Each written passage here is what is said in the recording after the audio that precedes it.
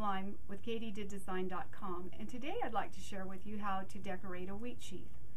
The method we're going to be using is a very basic one that can be used on all kinds of decorations, and it begins with a bow. So to start with, we're going to take and just wrap a piece of ribbon right around the sheath to cover up the wire that's holding it together.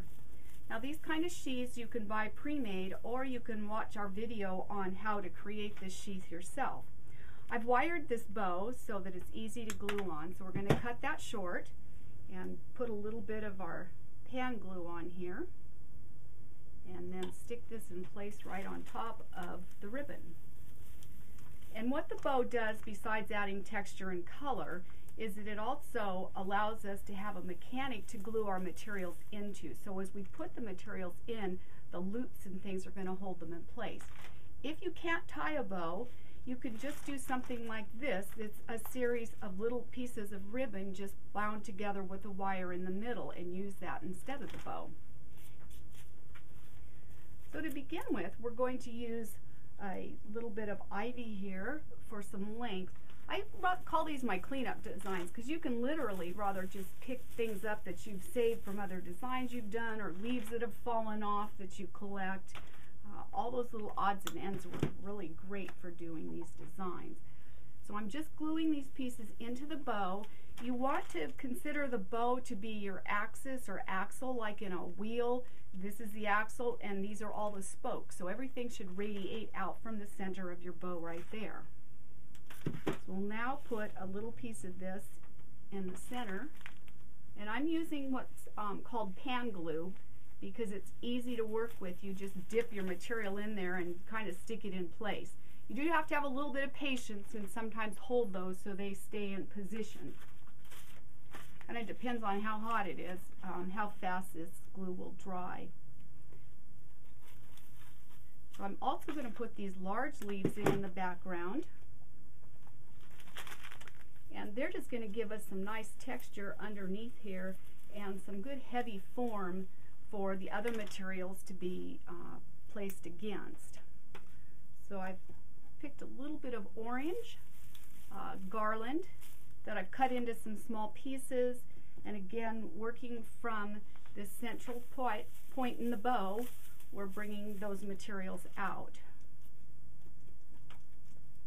I like how the twigs on these give you some nice texture, and kind of it's a light airy effect that sort of wings off from the design.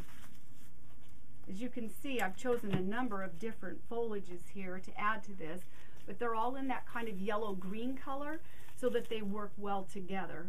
Green's Mother Nature's neutral, so it's always the perfect background for working with flowers.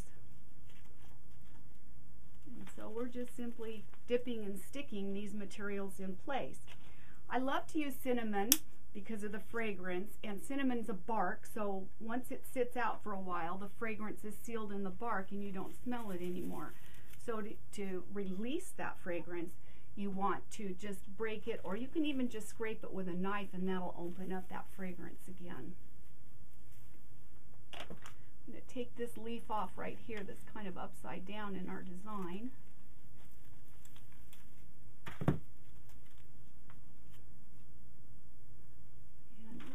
That back in like so, and a couple more cinnamon sticks, and again you can see how this radiates from the center point of the design, a little bit like a star shape. Hydrangea is a wonderful material for adding to designs because it has all these little flowers, it's very fluffy, and it kind of fills in very well. Again, you can use a glue gun to do this as well. It's just that every time you need to use your glue, you have to pick the glue gun up, and this is much easier to work with. And you can watch our video on the different types of glue if you haven't seen or heard about pan glue to get an idea about it, because it really is fabulous. If you're going to be doing much in the way of artificial flowers, you definitely want to have a glue pen. And then lastly, we're going to fill in the center with some wonderful dried pods that we have. I found this wonderful new potpourri line. It's called Madison Gardens, and it's filled with all these wonderful different pods and nuts and materials that are already fragranced because it's potpourri, so when you add these to the design, you add wonderful fragrance to it as well. This is a dried quince, and we'll put these in the background here. Kind of gives a nice solid form for your materials to work against. And then we can add a few of these pods from the potpourri. And it's starting to fill in nicely in the center, so we're getting all the weight right here in the middle of the design so that the eye is drawn into the center of the arrangement.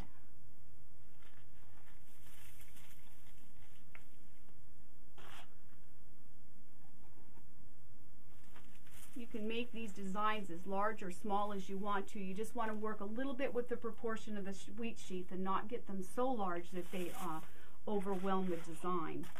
And lastly, I thought this would be kind of fun to add just a bit of this little wispy grass in here. Kind of adds that light texture to the design.